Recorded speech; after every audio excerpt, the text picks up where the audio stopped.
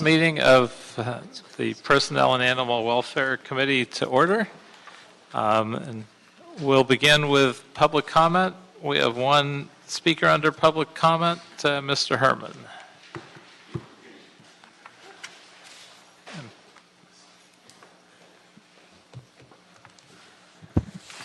Well, since it's an animal, you need to start the clock. Thank you.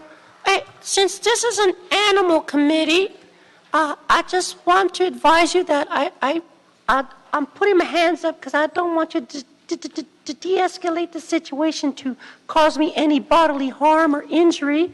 As I sat in at the LAPD commission yesterday, and we talked about de-escalation.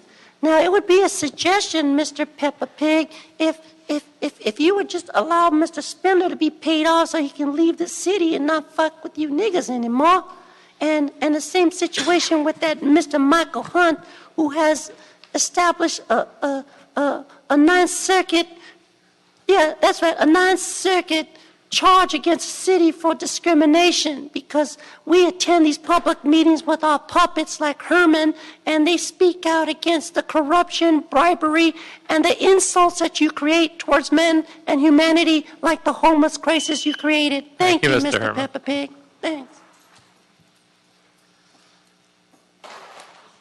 Would you like to speak on item number 1 as well?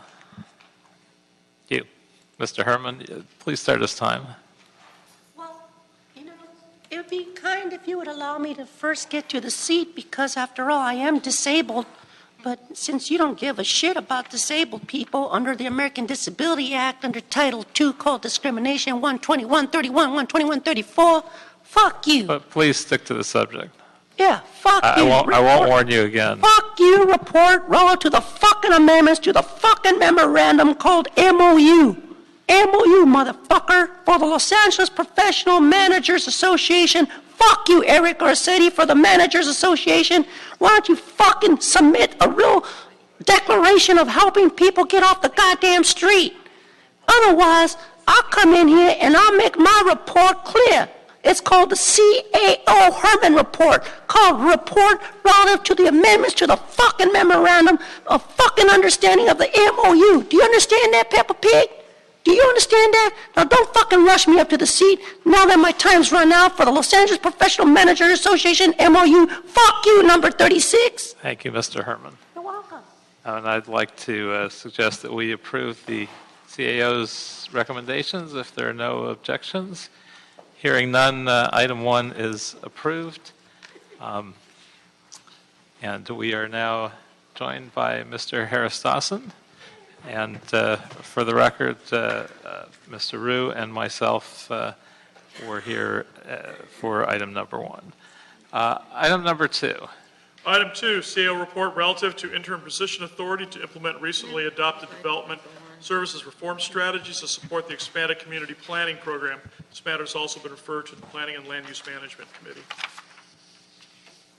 Good morning, Jason Kleen, Office of the City Administrative Officer. Before you today is a report recommending interim position authority for 28 positions in the Department of City Planning, 3 positions in the Office of the City Attorney, and 3 positions in the Department of Transportation to support the expanded community planning program, as well as modifications to the environmental review process and development reform initiative. Myself and staff are available if you have any questions. Sure. One, is there any reason why any of these positions won't be able to be filled through the civil service process? With the exception of the city attorney's positions, which are exempt by nature, all of the other positions will be filled through the civil service process. Very good. And the CAO has stated that these will be filled from the newly adopted fees and surcharges. What's the status of those fees and surcharges, and do we expect those to fully cover the positions? Yes, sir. The fees are with the city attorney's office and our office right now. We're working on finalizing the proposed ordinances, which will be back before the Plum Committee within the next month. And then the positions are expected to be in place by July of 2017, and they will support all of these positions. And it seems like most of these positions are more executive or management level. Are we going to have the support for those positions, or are the positions that would support them already in-house? The administrative level support positions are already in-house. We've added a number of positions for the expanded community planning program, and we are anticipating another set of positions will be added to support the community planning program next fiscal year. These are the management level positions that will actually oversee all of the various units within the department, as well as provide management level support for the expanded administrative and budgeting support within the department. So we don't expect there to be a problem of coming short with support staff and being too top-heavy in this department? No, sir. And I have one last question. So the EIR selection, the process for selection of EIR consultants, I know the mayor has suggested that we create a list of qualified people. I think the other motion that the council passed suggested that the developers not be the ones that make those selections, but the selections also be made by the city. So what is the actual process? Will it be one or the other or both?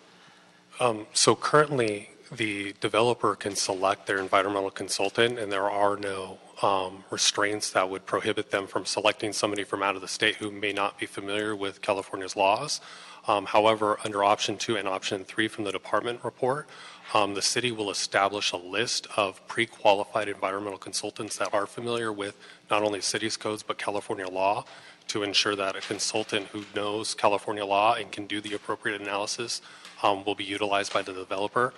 The only option between, or the only difference between option 2 and option 3 is whether or not the developer can select from that pre-qualified list or the city assigns somebody from the pre-qualified list. There were some concerns that if the city was to select the consultant and the consultant had a backlog of cases or wasn't able to get to the project, it could lead to unnecessary delays. And ultimately, if that project was ever litigated and the city selected a consultant who maybe scored a 75 and got placed on the list above somebody who got maybe a 95 and was preferred by the developer, that it could cause risk for the city. So the council adopted option 2 back on February 8th. Which was just to create the list? To create the list and then have the developer select from that list. Okay, thank you. Members, questions, comments, anything? All right, if not, I will suggest that we concur with the Plum Committee's recommendations to approve the CAO's recommendations. Thank you, sir. Thank you.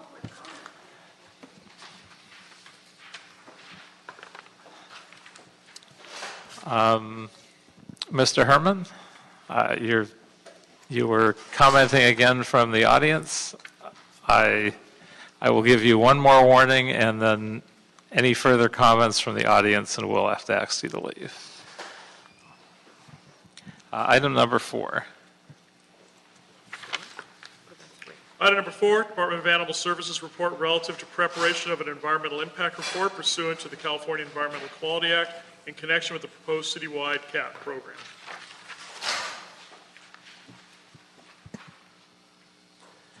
And who's going to make the presentation on this? Is there someone from Animal Services to do that?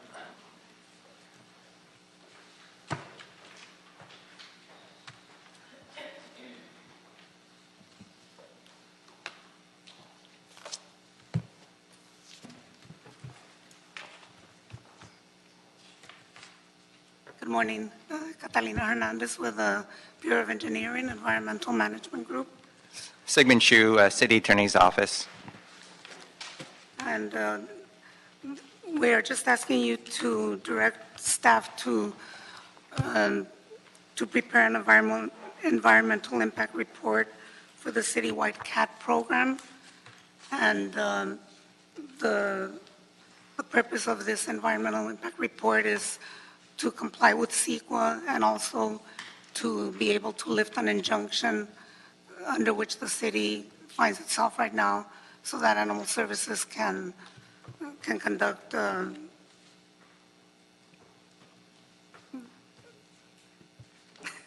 I'm sorry, so that they can just conduct business as usual for the cats.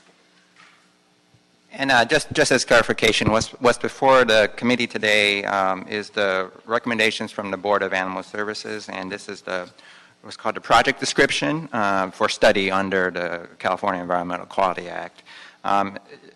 The technical term under CEQA is this is the proposed project that is going to be studied. So what's before the committee... I don't want to interrupt, but Mr. Herman is making gestures intended to disrupt the meeting and distract us, and I'll have to ask that he be removed.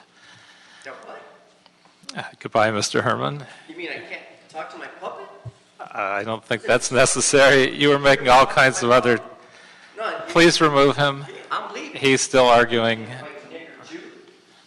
Fucking people in public meetings. Violate my First Amendment, motherfucker, because you don't want me to speak.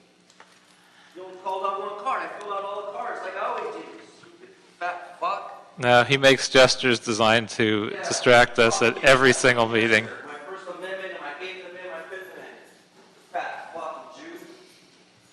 Go to hell, motherfucker.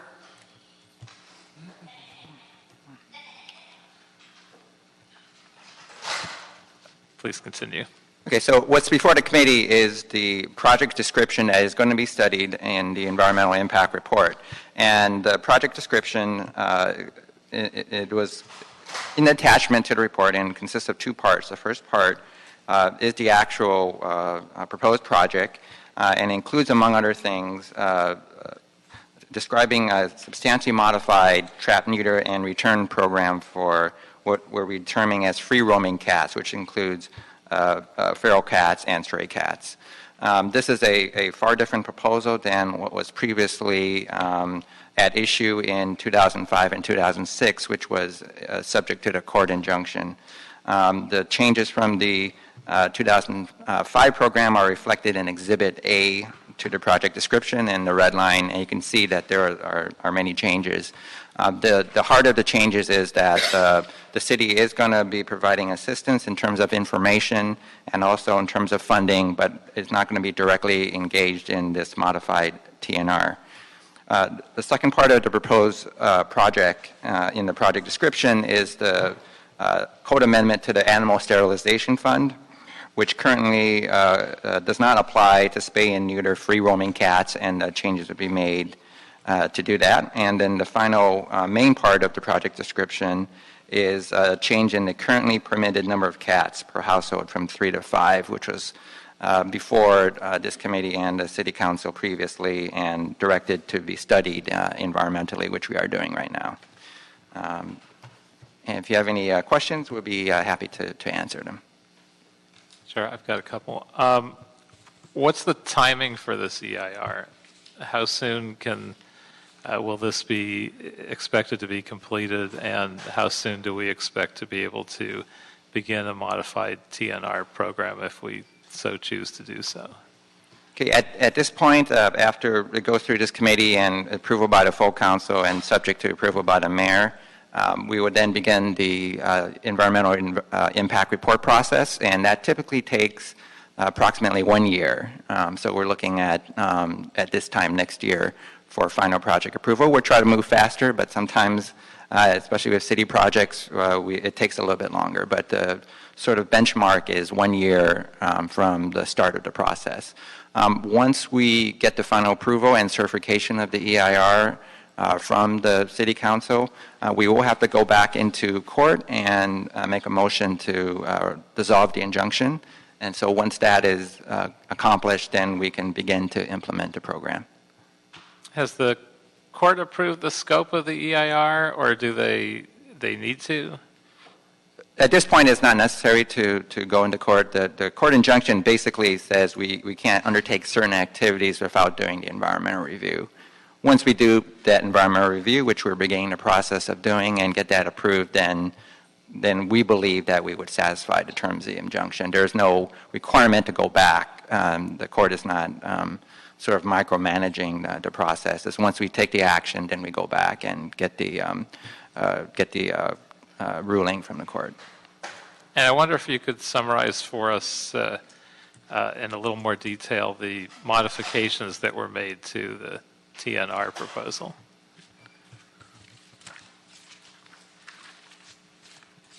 Well, if you, again, take a look at the Exhibit A red line, again, the program itself, in its previous format in 2005, which I would add was never formally implemented by the city, but I think there are allegations that it was informally implemented, dealt a lot with sort of direct trap, neuter, and return activities from the department and from the animal shelters. We've clarified that in the modified program, where we're going to provide, again, informational assistance, and we'll provide the financial assistance in terms of making the excess funds available from the animal sterilization fund available to spay or neuter these free-roaming cats.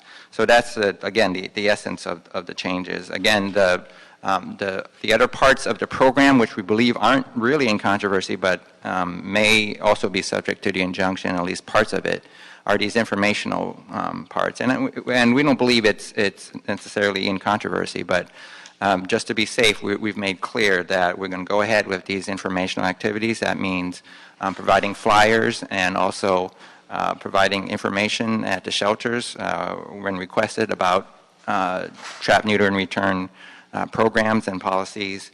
And again, that's all going to be subject to this environmental impact report study.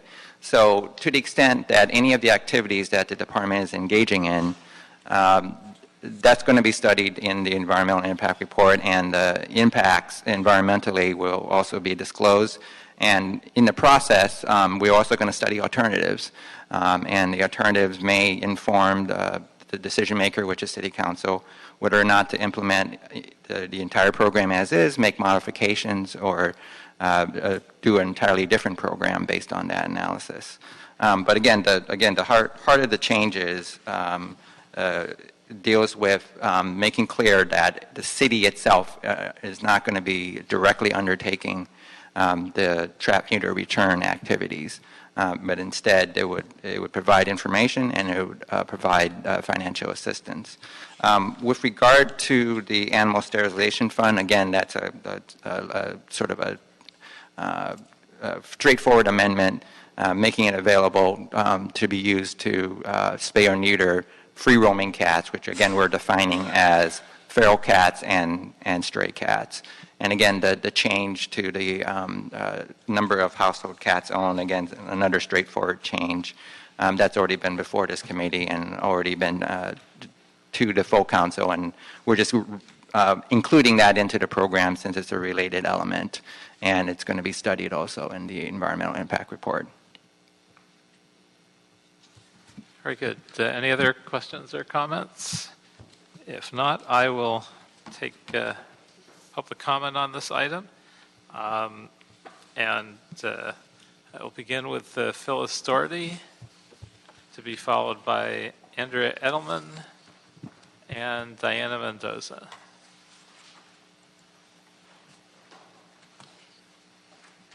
Good morning, Phyllis Doherty. I'm not going to speak to the environmental issues because I'm not an expert on that. However, on the trust fund, this is a animal sterilization trust fund, which from the beginning has been designated for pet sterilization. You can go back all the way to 1994. It has never deviated. Those funds are reserved for that, whether they're bequests or it's tax money. They're reserved for pet sterilization. We have received counsel on it, and they said that the terms of a trust are set into the trust. The monies that are in the trust currently must be used for that purpose that they were designated. If you want to do another trust fund for feral cats, you can, but you cannot use this money.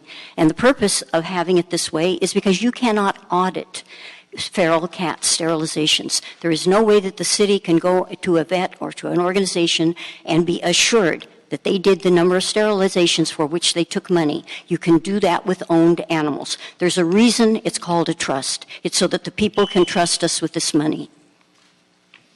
Thank you. Ready? Hi, I'm Andrea Edelman, and I help with PETA's Let's Fix LA program. Homeless cats, fixed or not, are domestic animals biologically identical to the cats we share our home with. PETA is opposed to TNR not because we're risk averse, But because cats living on the street get hit by cars, they get attacked by other animals, and they die from horrible diseases or get injured or poisoned by people that don't want them on their property. It's a fact that their lifespans are 1 to 5 years, opposed to indoor cats who live 3 times that long, and that's just a fact. We also can't ignore the effects that cats have on wildlife. Roaming cats kill birds and other animals who are already struggling with habitat destruction. Studies have also shown that cat colonies become dumping grounds for more unwanted cats and attract rats, coyotes, and more animals that increase the risk of disease and parasite transmission. And putting these cats on the streets just invites coyotes to feed, so then we're going to have more meetings about what to do about the coyotes that no one wants in their neighborhood. We urge you not to move forward with the program as it's currently written and instead come up with a new one that actually helps the cats and citizens, and we're here to help you with that. Thank you. Good morning. I'm Diana Mendoza with PETA, and I also work in our Let's Fix LA program.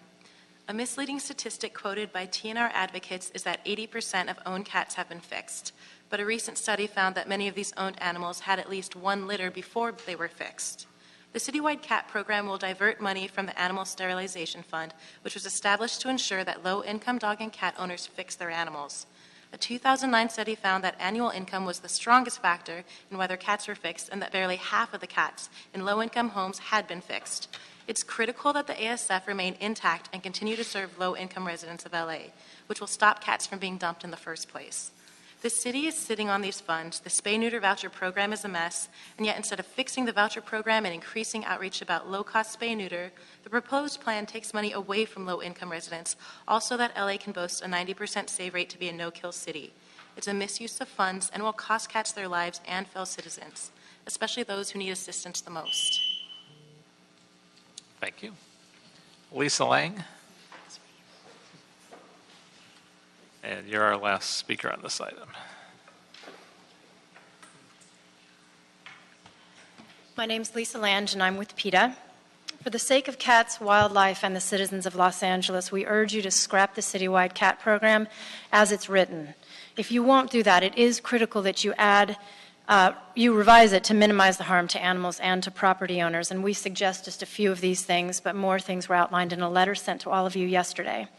Containing cats to registered properties for their safety and that of wildlife, regulating the number of cats allowed to be in any colony, and removing cats who are abandoned there within 24 hours of abandonment and taken to the shelter, requiring that feeders register and do monthly colony reports, removing language that allows for the abandonment of cats who are not feral, and require animal services to respond to all calls about homeless animals and stray cats by transporting them to the shelter rather than encouraging callers to fix them and re-abandon them. Free-roaming stray cats must not be dumped at feral cat colonies. The basic elements are more outlined in the letter we sent to you, and they're glaringly missing from this program. Please understand that we need to care for animals not only in the shelters, but realize that when they're on the streets, they are not safe and they are a problem for wildlife. Thank you. Thank you. And that's our last comment. And I appreciate folks coming and raising their concerns regarding the draft project description. I don't think we have to, and I'm not going to suggest that any changes be made to the draft as it's presented today. And that's because the issues and alternatives that are looked at and that you are raising are exactly what the CEQA process is for. And the first thing that will happen in the EIR process is a public comment period known as scoping. And it's designed to allow you to propose these issues and alternatives for consideration for the EIR. And then have the consultant and the process look at them. I can see at least one of them being considered as a project alternative and fully reviewed in the EIR for consideration by the department and the council. And some of them are ideas for implementation, which once the EIR is approved, the Animal Services Department and the Commission will have to go through that process, and that's an opportunity. So I would suggest that you participate in the EIR process. I don't think any of you and others in the community are shy, and many of you were involved in the mitigated negative declaration process a few years ago, and that process was halted because there was too much controversy and too many varying opinions, so a full EIR was substituted for that. So I think this is the opportunity. This is the place to voice all your concerns in this process. And I think that the CAT program will evolve as we discuss all these issues. And once there is a real CAT program before us, I think we can continue to fine-tune it with those suggestions. So I'm going to suggest that if there are no comments or further questions, that we approve the Department of Animal Services recommendations to authorize the City Council to direct appropriate city staff to prepare an EIR pursuant to CEQA. So if there are no objections, that item has been approved. Lastly, I'd like to do item 3 and 5 together. Okay, item number 3 and 5 both pertain to Council File 11-0539. There are two CAO reports, both dated 3/20/17. The first one concerns a proposed Fifth Amendment to contract number C112352 with Great West Life and Annuity Insurance Company to extend the term of the contract for a new term effective January 1st, 2007 through September 30th, 2017, to provide third-party administrative services for managing the City of Los Angeles Deferred Compensation 457B plan. Additionally, there's the second report concerns a proposed First Amendment to First Supplemental Agreement to contract number C-118071, once again with Great West Life and Annuity. This one will extend the term for 10 months from October 31st, 2017, to provide third-party administrative services for managing the City of Los Angeles pension savings plan for part-time, temporary, and seasonal employees. Hi, good morning. Janelle Irving with the Office of the CAO. Before you today, there are two reports. The first one we recommends authorizing the Fifth Amendment for TPA services for the City of Los Angeles' Deferred Compensation Plan. And the approval will extend that term by 9 months and expire on September 30th, 2017. The proposed contract extension is necessary to allow sufficient time for transitioning to a new service provider. The service provider was selected through a competitive procurement process in September of 2016, and the Personnel Department is currently in the process of contract development and transition planning. There will be no general fund fiscal impact because annual participant fees and other charges cover all the costs of the plan. And as such, approval will have no fiscal impact to the general fund. In regards to the second report before you, it is a recommendation to authorize the First Amendment to the First Supplemental Agreement for TPA services for the City of Los Angeles' pension savings plan. And approval of this proposed amendment will ratify and extend the current 4-year term by 10 months, expiring on October 31st, 2017. And this extension is necessary similarly to allow sufficient time to finalize and complete the competitive procurement process and allow time, if necessary, to transition to a new service provider. The Personnel Department has released and is in that process currently. And similarly, approval will have no fiscal impact to the general fund, as all pension savings plan participants pay all the costs of the pension savings plan. With me today, I have the Vice Chair of the Board of the Deferred Compensation Administration, as well as staff from the Personnel Department, and we are available to answer any questions that you may have. Thank you. So when do the new vendors actually start? Or are you expecting them to start? Well, for the start date for the deferred compensation plan vendor would be September 30th, so that will be the date that we end the contract and then make the transition to the new provider. We've not made a selection yet as to who the administrator would be for the pension savings plan. Okay, and will participants in the plans see any significant changes, any significant improvements? I wonder if so, if you could walk us through those. Absolutely, yes. So the primary, and I'm sorry, should have introduced myself. My name is Stephen Montagna, and I'm here to represent the Personnel Department and the board.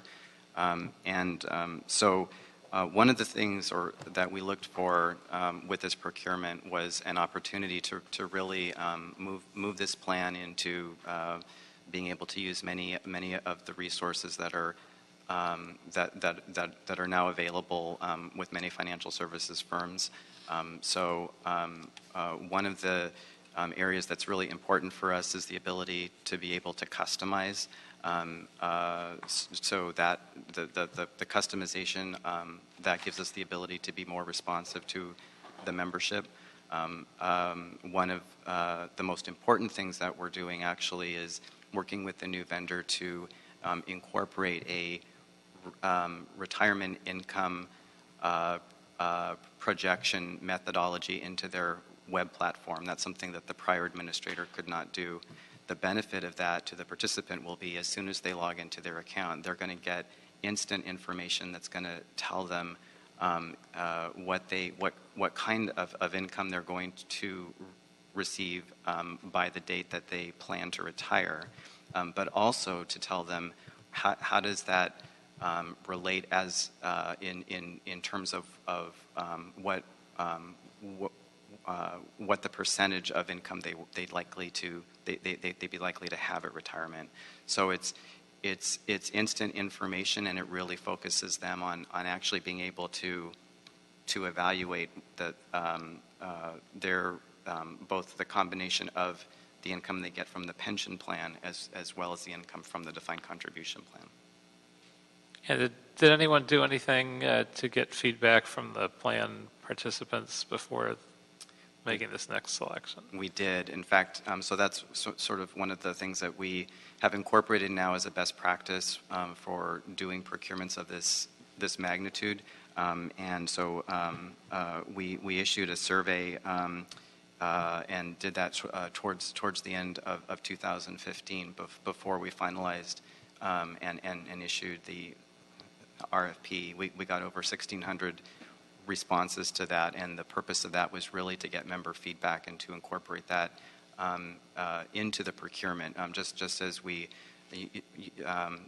did that when we did the procurement for health insurance, and we're able to incorporate that member feedback. And I think the plan now will be for a 5-year period. That's correct. Are there things that you're planning on doing to give us some interim progress reports on how the vendor's doing in the course of that 5 years?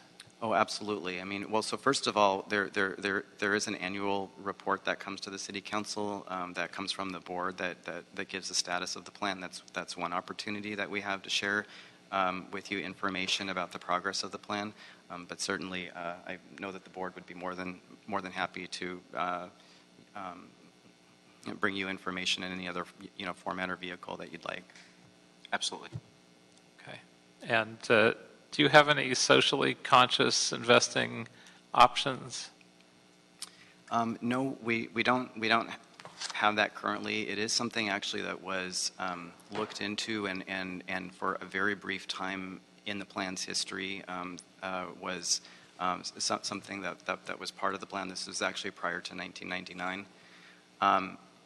In terms of best practices for investment menus, what we have seen, particularly with our state and local government peers and the larger programs, is there's a trend towards really trying to consolidate the primary investment menu into the smallest number of options possible, because a lot of participants don't have difficulty understanding what the differences are between investment choices. So our core menu really is focused on major asset classes like large cap stocks and mid cap stocks and bonds. However, one of the other best practices that we've incorporated is we've created a self-directed brokerage option. That gives our participants the opportunity to go through a brokerage window, and they have access to basically the entire fund universe. So participants who would be interested in that, putting their assets into that kind of option would have the opportunity to access those funds, and they'd be able to choose from multiple providers for that. Right. And so is there a way for them to do that where they don't have to possess a tremendous amount of stock picking expertise, but can simply ask for a fund that doesn't invest in some of the more problematic stocks and is more socially conscious? There are a lot of publicly available resources that allow those investors who are interested in being able to filter down and to do those kinds of searches. Typically, people in the brokerage window are those who are very active investors. They want to do their own picking. They have some sense, or they may be working with an advisor that's giving them a sense of what they'd like to do differently outside of our core options. Right, and I'm Vice Chair of the board, Michael Amarian. I wanted to also add that I think one of the challenges that we always see is trying to maximize the participation for city employees in a city that has as many employees as the city of Los Angeles. And when you have a pool as large as we do to draw from, you need to make sure that you lower the barriers of entry for individuals with a wide range of levels of sophistication. And we have been focused on getting our participation rates up as high as possible because we recognize how important this program is to bridging the gap between a defined benefit plan that the city provides its employees with, obviously, this option, which is designed to bridge that gap between the defined benefit plan and what may be realistically waiting for retirees on the other side of their employment time. So, as Stephen said, what we see with the people that do decide to go the self-directed investment option, those tend to be our more sophisticated participants who are willing to do the legwork that may be necessary to find those particularly socially conscious funds that you're speaking of. And I think that as we've streamlined the investment options for people as they're considering signing up, I think it really has a way of encouraging participation by streamlining that process. And we've worked very hard over the last several years to make sure that process, at least the initial intake process, is streamlined as much as possible. Because as I go around talking to participants or potential participants, a lot of them say, I just wouldn't know the first place to begin to try and sort out all the different options. Every time I look at them, it just overwhelms me. So we've tried to eliminate that as an excuse and a fear from people. So, but going forward, as we make this transition to this new administrator, I think we'll be able to have the flexibility to be responsive to social issues as they come up, and perhaps provide those types of opportunities for members that are so interested. Yeah, I certainly encourage you to ask the new vendor to look at that, because I think it's relatively simple. There are some people that would like to invest socially conscious in a socially conscious manner, but don't necessarily have the interest in developing the sophistication to do that. So I think we should provide that as an option.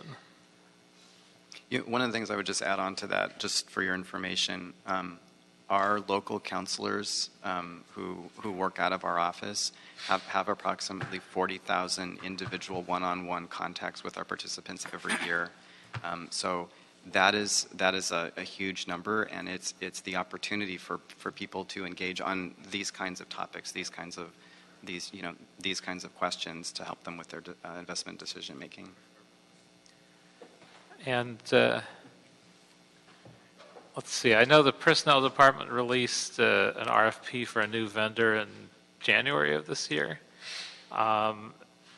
After expiration of the current contract, what was the delay? Why didn't we do that sooner?